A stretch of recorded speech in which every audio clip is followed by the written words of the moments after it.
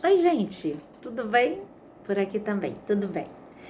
Bom, tirando as saudades, né, que são muitas, mas nós ainda não podemos retornar aí às aulas presenciais. Enquanto isso não for possível, nós vamos nos adaptando aqui, né, às ferramentas que a gente tem. Bom, também estou cheia de dificuldades, tá, gente? Até me adaptar aí, não sei ainda trabalhar direito, mas aos pouquinhos vai. Quero conversar com vocês sobre essa semana, né, que passou. Muitos enviaram trabalhinhos, outros não enviaram. Não fiquem nervosos. Vou pedir a vocês que se acalmem. É difícil para todo mundo, não é fácil? Não. Eu também não estou ainda muito familiarizada com essas ferramentas. Mas é importante a gente ter boa vontade. Vou dar algumas dicas para vocês. Por exemplo, procurem se programar. Façam aquele horáriozinho da matemática, da geografia, da língua portuguesa, porque são muitos conteúdos diferentes, são muitos exercícios e eu sei que é difícil. Eu compreendo, né? A ansiedade, o nervosismo de vocês, mas não precisa. Ninguém se arrancar os cabelos. Eu tenho paciência, toda a boa vontade do mundo. Quem ainda não enviou, vai enviando aos pouquinhos, tá? Mesmo porque o capítulo 5, ele foi um capítulo que já foi trabalhado em sala de aula. Eu precisei nem gravar uma videoaula para isso. Eu já tinha dado esse conteúdo. E disponibilizei um vídeo, né, que já estava, né, no canal Eleva, já estava disponível lá no canal Eleva. Estou corrigindo o trabalho um por um individualmente ali, fazendo comentários. Podem tirar dúvidas. Se for preciso, eu gravo um vídeo tirando dúvidas, sem problemas, tá? Não quero ninguém nervoso por causa disso. Bom, vamos lá, vou colocar mais alguns pontos.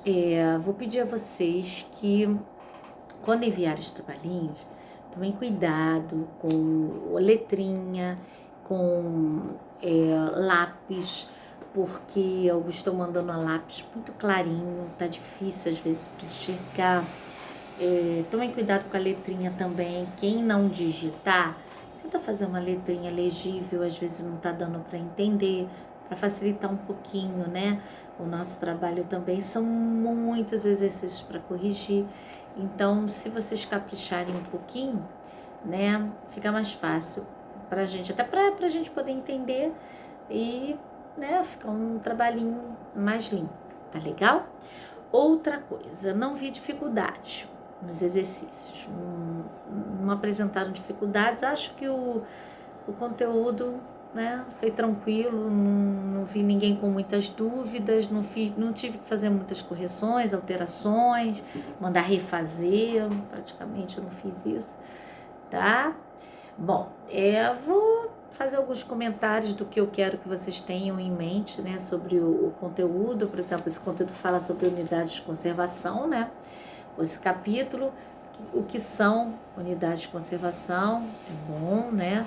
Vocês já irem, até mesmo nos trabalhinhos de vocês, já irem colocando alguns conceitos que podem ser cobrados aí numa avaliação, o que seriam as unidades de conservação. São áreas, né, que são áreas naturais criadas e protegidas pelo poder público, e elas são passíveis de proteção por apresentarem características, né, especiais.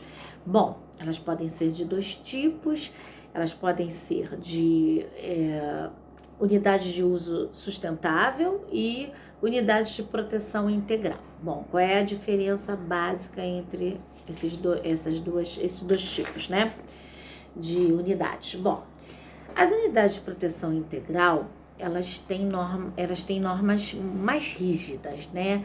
Porque o caráter dela não é utilitário, elas são mais voltadas para pesquisa e o interesse é mesmo, né, conservar a biodiversidade. O principal, né, característica dessas unidades é que elas têm um caráter preservacionista, preservar, ou seja, não colocar ali um caráter utilitário, utilizar aquela área, proteger a natureza, salvar espécies, e se preocupa em proteger, preservando independente daquela área ter utilidade, alguma utilidade, por exemplo, econômica, né? Usar alguma atividade econômica, não. O caráter dela é preservar mesmo. Ao passo que as unidades de uso sustentável, não, elas são mais voltadas para visitações, as outras também, elas podem servir, mas só a proteção integral é mais para caráter científico, ciência, pesquisa. E a unidade de uso sustentável, não, ela pode ser, ela pode estar aberta à visitação, atividades educativas e utilizam também para uso sustentável dos seus recursos. Exemplo, uma unidade de uso sustentável, ela tenta conciliar atividades econômicas e sustentabilidade, né? Conservar a natureza. Então já entra naquele conceito de conservacionismo. Conservar. O que seria conservar? Eles acreditam que o ser humano faz parte da natureza. Então, ele também deve fazer parte dessa conservação, mas ele tem que conservar proteção do meio ambiente com as atividades econômicas que ele vai praticar. Vou dar um exemplo claro. Uma reserva extrativista, o ser humano pode extrair, sim, mas ele tem que pensar que aquela área, ela tem que ser explorada de uma maneira racional e responsável, para que não haja esgotamento daquele recurso. Então, isso é conservacionismo. Você pode explorar economicamente? Pode, mas você tem que usar de maneira responsável, de maneira, né, que aqueles recursos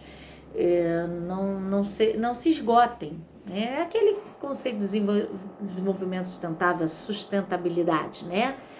O ser humano, ele pode utilizar esses recursos, mas de maneira racional, de maneira responsável, para que esses recursos não se esgotem, né? Estejam aí disponíveis para as gerações futuras. Entenderam? Preservacionismo não adquire esse caráter, né, de utilitário. No caso, o conservacionismo, sim, ela pode ser explorada, mas de uma maneira racional, tá? Bom, outra coisa importante que eu quero que vocês, guardem bem, é a questão do Código Florestal, né? O Código Florestal, ele foi criado há alguns anos atrás, mas ele agora sofreu uma alteração, né? Esse Código Florestal sofreu uma alteraçãozinha e ele tem alguns objetivos básicos, né? Objetivos do Código Florestal. Ele estabelece parâmetros, ele estabelece limites e também punições. Ele visa, né, o cumprimento dessas determinações. Por exemplo, o ser humano, ele pode explorar uma área, né? Por exemplo, ele tem uma área a ser explorada, mas ele tem que preservar determinada área dentro do seu próprio, né, desse próprio terreno, dessa própria área. Ele tem que preservar uma parte dela. Isso daí o Código Florestal ele estabelece.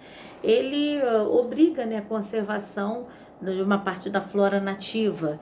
Então, ele vai impor limites. Você pode explorar? Pode, mas tem limite, né? Você não pode sair por aí devastando. Então, há uma preocupação, né, em impor limites, né? O Código Florestal também é importante frisar. Demais, eu acho que o que vocês perguntarem, tá? Eu vou falando aos pouquinhos essa questão. Outra coisa importante são os desafios, né, dessas unidades de conservação, que é importante vocês saberem quais são as principais ameaças, né, dessas unidades de conservação. Caça ilegal, desmatamento, né, isso aí, as práticas, né, agropecuárias, elas acabam provocando desmatamento. Muitas vezes, o Código Florestal prevê que você pode desmatar, né, tantos hectares, vamos lá, mas você tem que preservar outra área. Se não houver fiscalização, eles saem desmatando. Então, isso é um desafio, fiscalizar. Caça ilegal, também queimadas. Queimadas também é uma ameaça. Por quê? Alguns ainda utilizam aquela técnica das queimadas. Eles desmatam, aí limpam o terreno, folhas, galhos, eles ateiam fogo. Muitas vezes aquelas cinzas são misturadas ao próprio solo. E só que às vezes esse fogo foge ao controle, né? Dependendo do clima, quando é um período mais seco, então esse fogo começa a lastrar, dá um problema danado. Acaba pegando outras áreas até protegidas, que não deveriam, né, sofrer nenhum tipo de agressão. Então é um desafio. Outra, regularização fundiária. Alguns saem, né? Por exemplo, invadindo áreas que não deveriam, áreas também protegidas. Isso também tem que ser fiscalizado, né, para que não haja essa invasão, né, de terrenos. Os problemas fundiários no Brasil, eles são problemas muito antigos, problemas que muitas vezes ainda não foram resolvidos. E a ação do governo, o governo ser mais eficaz, né, para que possa aplicar até essas punições, né, que o Código Florestal ele acaba prevendo, tá bom? Gente, demais, eu não vi grandes dificuldades, agora fico por conta de vocês. Sentindo dificuldades, manda pra mim, tá bom? Um beijinho. Amanhã, então, domingo, vou postar o vídeo, tá? Sobre o capítulo 6, mas não é que vocês tenham que ver isso amanhã. Quem quiser, ótimo. Mas vocês terão tempo aí, tá? Então, até a próxima. Um beijinho. Amanhã a gente tá de volta.